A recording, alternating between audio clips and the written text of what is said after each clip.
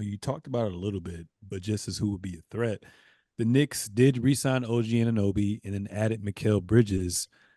What are your thoughts for the Knicks this upcoming season, and what's their ceiling, you think?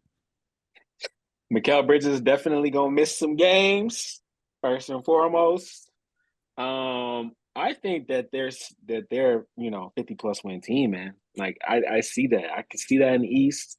And I just see like again this it again, I'm first of all, I'm a huge fan of when the big market teams are good and they're all good at the same time in the NBA. I think it's first of all great for the league.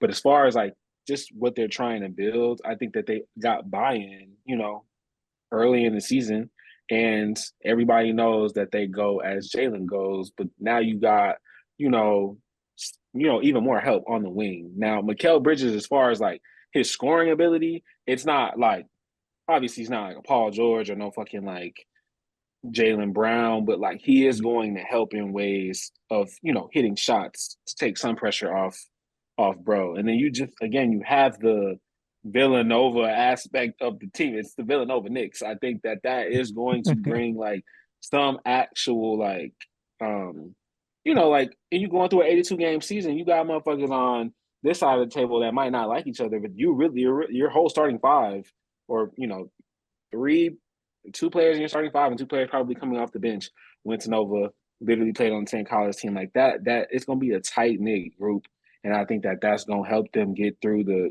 regular season and kind of get them past 50 plus games. And I mean, they were top four seed this year. I can see. I mean, hell, if they win like 52 to 55 games, like top three seed. If you can get to a place where you don't have to play the Celtics until the Western or the Eastern Conference Finals, I like it. I Yeah, like it. But I'm gonna say Eastern and Conference Finals. That's all I'm gonna say. I ain't gonna say they yeah, going to the finals. yeah, and they were because I remember they should have been the number three seed, but Doc Rivers wanted to bullshit and tank the last couple of games, so they ended up being the two seed. But this year or this past season, they won 50 games, so Right. I wouldn't be surprised. Obviously, Porzingis is going to miss a good amount of time. I wouldn't be surprised as far as regular season success. They get the number one seed. So I think they can get the number one seed, and then I really do like I said, getting OG and Anobi back. I know you said his contract was crazy. That may be the craziest contract that I've seen. I know the NBA new TV deals are coming in, so it won't be as crazy when we reflect on it. But as of right Shay, now, in the man. present, Shay OD going home.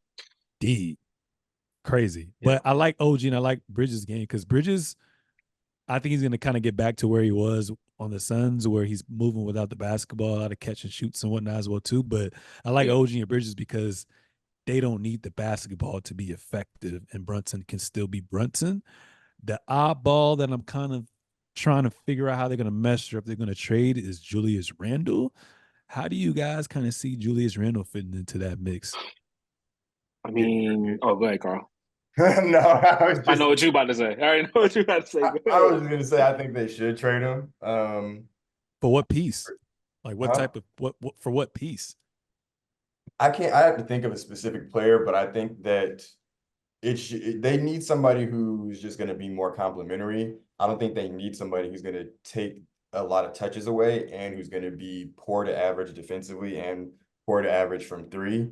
If you get just like a stretch four or something like that, who is maybe like a three and D, I think that with the pieces that you have, that would be a really good fit. I think sometimes you look at so I think the same thing I'm gonna say when the Pistons got rid of Josh Smith, and there's some other instances of like sometimes it's not about like, yeah, this guy is talented, but he's just not a good fit.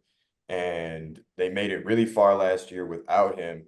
He's been awful. I always say this. He's literally he's one of the worst playoff performers of all time in his sample size. Just Mhm. awful. So I think that if you're able to replace that with a role player who you know is going to be more consistent and probably, get some picks for the future or something like that. And then that opens up a spot for maybe one more of those Villanova guys to be in your starting lineup. And maybe you get like another role player off the bench or something in the deal. Um, yeah, I think I that hated I hated the deal on Hartenstein, but that's just how it works in the league, they bro. weren't going to be able to keep up with, OKC signed him for like 70 million or something like that. But 3 also, years, 70 million, OKC I doesn't think. have to pay anybody but Shea right now. Yeah. Mm-hmm. So yeah, Eastern Conference Finals for sure. Um, Definitely second round. Like my dream second round matchup is to see Philly play the Bucks and then the Knicks play the Celtics. That would be ideal for me. But yeah, then you're gonna get the number one seed. I agree with you. This may be the year that Mikal Bridges is an Iron Man. Um, and hey, if they get the number one seed, I think they're gonna give Brunson the MVP. Mm. I mean, he played like Yeah. it. He Yeah. at least would have been deserving in the regular season and in the playoffs. So Mm-hmm. It could be a little Isaiah Thomas year type shit type situation. I'm just curious to see because OG obviously got hurt, so we couldn't really see him in the grand scheme of things. But I'm curious to see how both of their games progresses from the regular season to the playoffs as well too. But those are some good pickups.